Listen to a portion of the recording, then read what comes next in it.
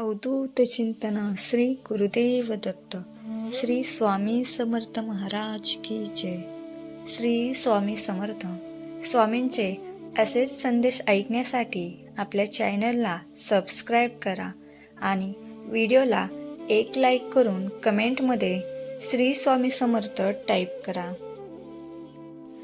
स्वामी सांगतात, जीवन बाहेरून नाही आतून बदलायचं असतं. आपण सतत परिस्थिती बदलण्याचा प्रयत्न करतो, लोक बदलावेत अशी अपेक्षा करतो, पण स्वतःकडे पाहायला विसरतो. जेव्हा माणूस स्वतःला ओळखतो तेव्हाच खरा बदल सुरू होतो. आज प्रत्येक जण यशाच्या मागे धावतो. पैसा, पद, प्रसिद्धी हे सगळं मिळवायचं असतं. पण स्वामी स्पष्ट सांगतात, यश म्हणजे फक्त मिळवणं नाही तर समाधान आहे. जर तुमच्याकडे सगळं असूनही मन शांत नसेल तर ते यश अपूर्ण आहे. जीवनात दुःख का येतं हा प्रश्न प्रत्येकाच्या मनात येतो. स्वामी म्हणतात, दुःख आपल्याला थांबवायला नाही तर शिकवायला येतं. जसं सोनं अग्नीत तपासलं जातं तसं माणूस संकटात घडतो. जे लोक दुःखातून शिकतात तेच आयुष्यात खरे मजबूत बनतात. स्वामी संदेशात अहंकाराबद्दल फार महत्त्वाचं सांगितलं आहे. अहंकार माणसाला एकटा करतो. आज माणूस म्हणतो मीच बरोबर, मलाच सगळं कळतं. पण जेव्हा अहंकार वाढतो तेव्हा नाती तुटतात, मन कठोर होतं. नम्रता हीच खरी महानता आहे. स्वामी सांगतात, तुलना हा आनंदाचा सर्वात मोठा शत्रू आहे. आज सोशल मीडियावर इतरांचं आयुष्य सुंदर दिसतं आणि आपण स्वतःचं आयुष्य कमी लेखतो. पण सत्य असं आहे की प्रत्येकाच्या आयुष्यात संघर्ष असतो. दिसतं तेवढंच खरं नसतं. कर्माचा सिद्धांत स्वामी संदेशाचा पाया आहे. जसं पेराल तसं उगवाल. तुमचे विचार बीज आहेत, शब्द पाणी आहे आणि कृती खत आहे. जर विचार नकारात्मक असतील तर जीवनात आनंद कसा येईल? म्हणूनच आधी विचार शुद्ध ठेवा.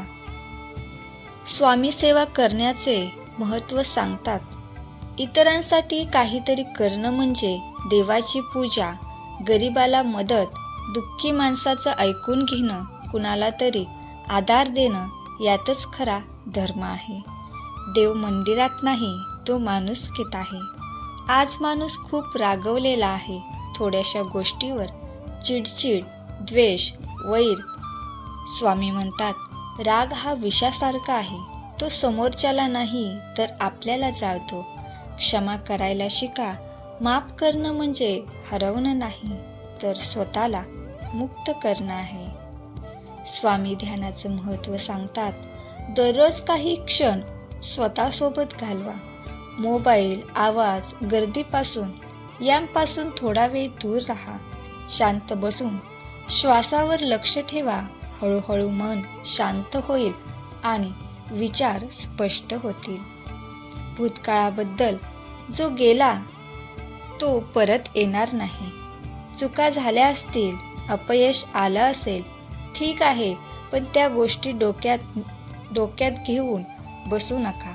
भूतकाळ अनुभव देतो, शिक्षा नाही. भविष्याबद्दल चिंता करू नका. स्वामी सांगतात, आज योग्य जगलात तर उद्या आपोआप योग्य बनेल. आजचा क्षण तुमच्या हातात आहे. आजचं चांगलं बोला, चांगलं करा आणि चांगले विचार करा. आपल्याला साधेपणा शिकवतो तो स्वामी संदेश. जास्त अपेक्षा म्हणजे जास्त दुःख, कमी गरजा म्हणजे जास्त आनंद. साधं जीवन, उच्च विचार हाच खरा मंत्र आहे. स्वामी म्हणतात, स्वतःकडे पहा, स्वतःला ओळखा आणि स्वतःवर विश्वास ठेवा. कारण देव कुठेही नाही, तो तुमच्या अंतःकरणातच वास करतो. मानव जन्म हा फार मोठा आशीर्वाद आहे. पण हा जन्म मिळूनही आपण तो तक्रारीत, भीतीत आणि असमाधानात घालवतो. स्वामी म्हणतात, जे आहे त्यात समाधान मानले तर जे नाही ते आपोआप मिळते.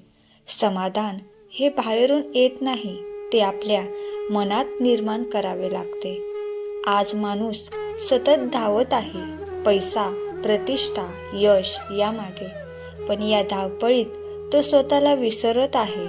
स्वामी सांगतात, जग जिंकण्याआधी स्वतःचे मन जिंका, कारण मन शांत असेल तरच जीवन सुंदर होतं.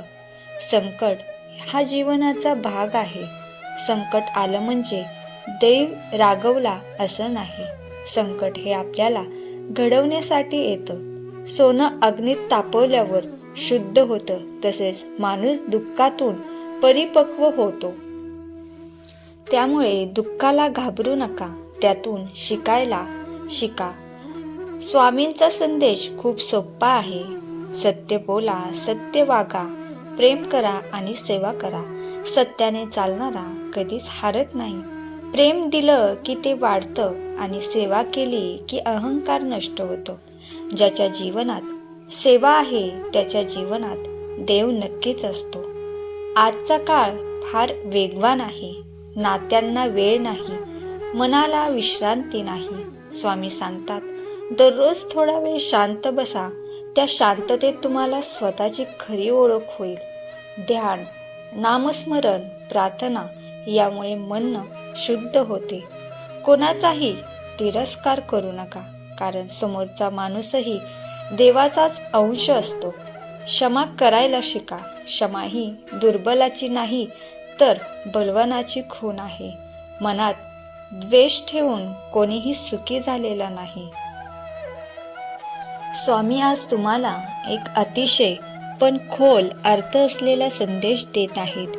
जीवन बदलायचं असेल तर विचार बदला. परिस्थिती बदलायला वेळ लागू शकतो, पण विचार बदलताच जीवनाची दिशा बदलते. माणूस नेहमी बाहेर सुख शोधतो, कुठेतरी आनंद मिळेल, कोणीतरी आपल्याला समजून घेईल असं त्याला वाटत राहतं. पण स्वामी सांगतात, जो स्वतःला समजून घेतो त्याला कोणाचीही गरज उरत नाही. स्वतःशी मैत्री करा. अपूर्णता स्वीकारण्यातच परिपूर्णता आहे. आजचा माणूस सतत तुलना करतो. कोणाकडे काय आहे, कोणी किती पुढे गेले आहे यातच तो अडकलेला असतो. तुलना म्हणजे दुःखाचं मूळ कारण आहे. प्रत्येकाचं जीवन हे वेगळं आहे. प्रत्येकाची वेळ वेगळी आहे. तुमची वाट तुमच्यासाठीच तयार केलेली आहे. कधी कधी प्रार्थना करूनही उत्तर मिळत नाही असं वाटतं, पण लक्षात ठेवा, देव कधी उशीर करत नाही. तो फक्त योग्य वेळ पाहतो. जेव्हा वेळ येते तेव्हा गोष्टी आपोआप जुळून येतात. विश्वास ठेवा. विश्वास हा सर्वात मोठा आधार आहे. स्वामी सेवा करण्याचा फार मोठा अर्थ सांगतात. सेवा म्हणजे फक्त दान नाही. कोणाशी प्रेमाने बोलणं, कोणाचं ऐकून घेणं, कुणाच्या दुःखात सोबत असणं ही सुद्धा सेवाच आहे. जिथे अहंकार संपतो तिथेच सेवा सुरू होते. स्वामी सांगतात, मन स्वच्छ ठेवा, जीवन आपोआप सुंदर होईल. क्षमा करा, सोडून द्या. जे सोडून देतात तेच खरे मुक्त होतात. स्वामी तुम्हाला आज आठवण करून देत आहेत. जीवन हे परीक्षा नाही, ती एक शिकवण आहे. जे घडतंय ते तुम्हाला तोडण्यासाठी नाही तर घडवण्यासाठी घडत आहे. आपण अनेकदा म्हणतो, माझ्याच आयुष्यात असं का? पण स्वामी सांगतात, ज्याच्यावर जबाबदारी असते त्यालाच परीक्षा येते. देव कधीच दुर्बल माणसावर ओझं टाकत नाही. तुम्ही मजबूत आहात म्हणूनच तुम्हाला हे अनुभव दिले जात आहेत. आज माणूस फार अस्वस्थ आहे. मन सतत भूतकाळात किंवा भविष्यकाळात फिरत असतं.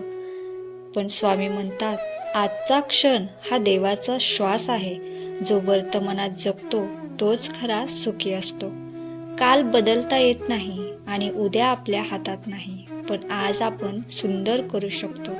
काही लोक आपल्याला समजून घेत नाहीत, काही आपल्याला दुखवतात. याचा अर्थ असा नाही की आपण चुकतो.